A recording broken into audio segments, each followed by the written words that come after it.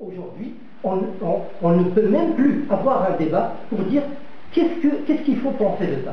Ce qui fait que même les initiatives, quand elles viennent d'un côté ou de l'autre, sont inacceptables. À chaque fois, depuis le début de ce processus, c'est-à-dire depuis que le Maroc a organisé la marche verte pour aller à l'encontre du droit international, occuper un territoire qui ne lui était pas encore octroyé, parce que ou bien on respecte les règles du droit international, ou bien on ne les respecte pas. Et dans ce cas, depuis ce moment-là, le débat était clos. Et moi, ce que je souhaiterais, c'est que ce débat s'ouvre, qu'il s'ouvre entre Marocains, parce que je pense que ça, c'est une question qui nous concerne, même si on est vivant ici, même si nous avons des préoccupations ou des sensibilités qui vont faire que nous nous sentons plus proches d'une position que d'une autre. Pour moi, la principale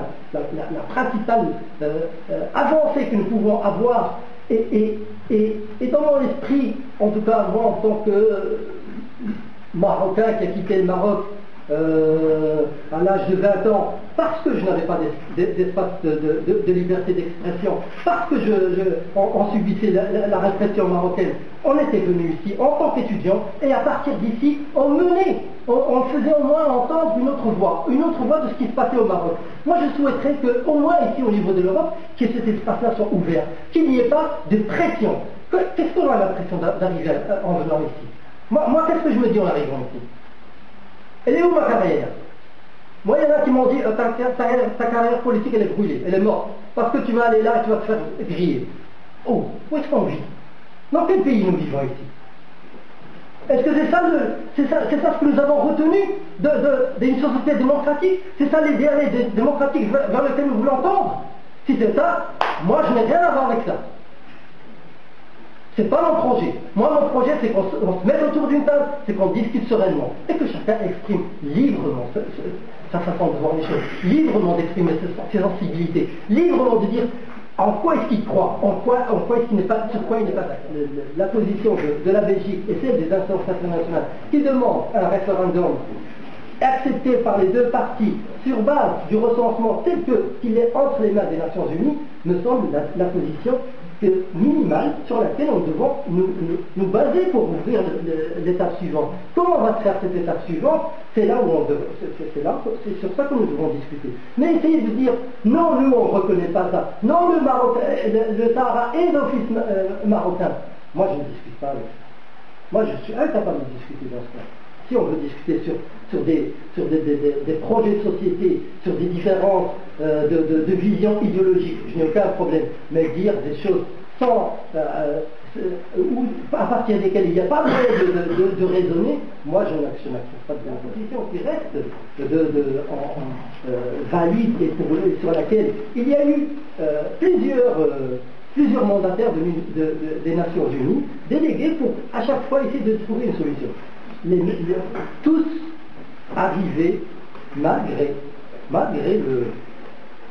les amitiés qu'ils avaient avec le Maroc, malgré les tentatives de corruption que le Maroc exerçait sur eux, ils arrivaient tous à la même conclusion que celle des Nations Unies. Il fallait organiser le référendum. Jamais entendu ni sur un journal, ni sur un plateau de télévision, ni à la radio, un débat contradictoire sur la question du Sahara.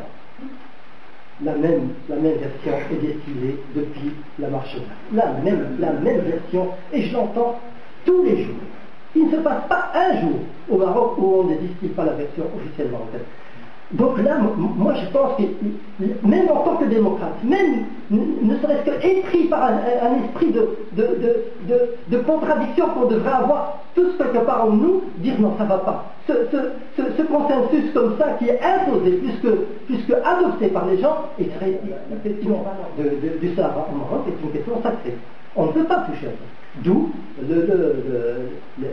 le rôle que jouent les médias. Quand on touche à cette question, maintenant peut-être à 2 mois, mais à l'époque de Hassan II, on touche à cette question-là, on était passé de international qui est désigné pour le peuple sahraoui. Déjà, il est devenu le business des généraux, je le dis clairement, et c'est pas moi qui le dis. C'est des institutions internationales qui le disent. Il est devenu vraiment le business des généraux et de responsables de ce qu'on appelle le prolétariat.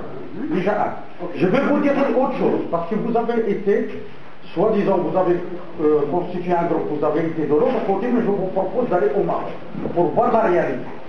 N'oubliez pas que l'aide qui est désignée pour le Polisario, qui est tournée, était vendue une partie au Maroc, en marché noir, une partie au Mali, une partie dans toute la région. Et d'ailleurs, il y a des Sahraouis qui ont fui les camps, qui sont au Maroc, qui peuvent vous donner certaines vérités. Vous avez Deuxièmement. un point. Non, ça fait déjà deux et je vous donne encore un troisième point et après je... Ouais, ça va. Ça c'est les questions. Concernant l'ONU, vous avez dit que l'ONU il est complice. Vous avez utilisé le mot de complicité. Je ne vois pas, je ne comprends pas comment un individu comme vous peut aller au-delà de critiquer une institution internationale qui a fait beaucoup de recherches, il a fait beaucoup de travail dans ce problème-là, et d'ailleurs même les oubliés que vous avez utilisés de Sahara, c'est un conflit qui dure depuis 30 ans. Le monde entier sait qu'il y a un problème. Le monde entier sait qu'il y a des séquestrés marocains en Algérie, qui sont devenus vraiment le business des mafieux. Moi je me pose des questions dans votre... parce que c'est vraiment... vous n'avez aucune preuve, que ce soit officielle de l'ONU, de ce qu'on vous dit. Ou bien, non, mais après vous allez répondre. À proposer aux deux parties en conflit un plan de règlement. Il s'est donné lui-même de septembre 1991 jusqu'à février 1992 pour aboutir à ce référendum. L'ONU n'a pas tenu sa promesse.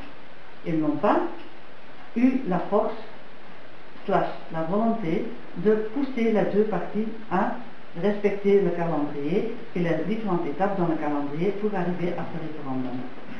Ça c'est une chose où moi je dis l'ONU est complice dans le fait que le problème du Sahara est jusqu'à ce jour encore cette proposition que le Maroc fait tient la route, ou bien sinon, ou bien est-ce que c'est simplement une manœuvre ou pas. Donc moi je ne veux pas faire de procès d'intention. Et ce que je veux, c'est voir un peu cette question avancer vers une solution démocratique, avancer vers une solution concertée, avancer sur une solution qui tient compte des désirs des peuples qui y a dans cette région. Et je ne vois pas comment est-ce que ça peut se faire sans le passage par un référendum. Mais sur le terrain, quand on voit comment le Maroc réagit à la proposition du Polisario, là on commence à être dubitatif en disant est-ce qu'ils veulent vraiment avancer ou pas. Parce que là il y a un refus catégorique de toute amélioration de cette proposition, et surtout dès qu'elle vient ou de la part du Polisario ou de la part de l'Algérie. Et donc là, c'est à partir de ça que moi je juge qui a vraiment envie de faire avancer le dossier. Est-ce que c'est une vraie proposition ou est-ce que c'est une façon en score de faire traîner le processus? Moi je crains fort qu'on soit de nouveau dans le deuxième cas de figure. Pour la précision seulement, pour mon information, vous dites que dans la proposition... Vous avez posé aucune question. C'est pas vous qui organisez. Non, c'est vous là. C'est pas vous. Non, vous avez posé vos questions. Je sais que vous avez posé. C'est pas un Algérien qui va résoudre le problème. On va régler les choses là-bas. On est là-bas. C'est pas un Algérien qui vient. En plus, ça précise pas l'organisation.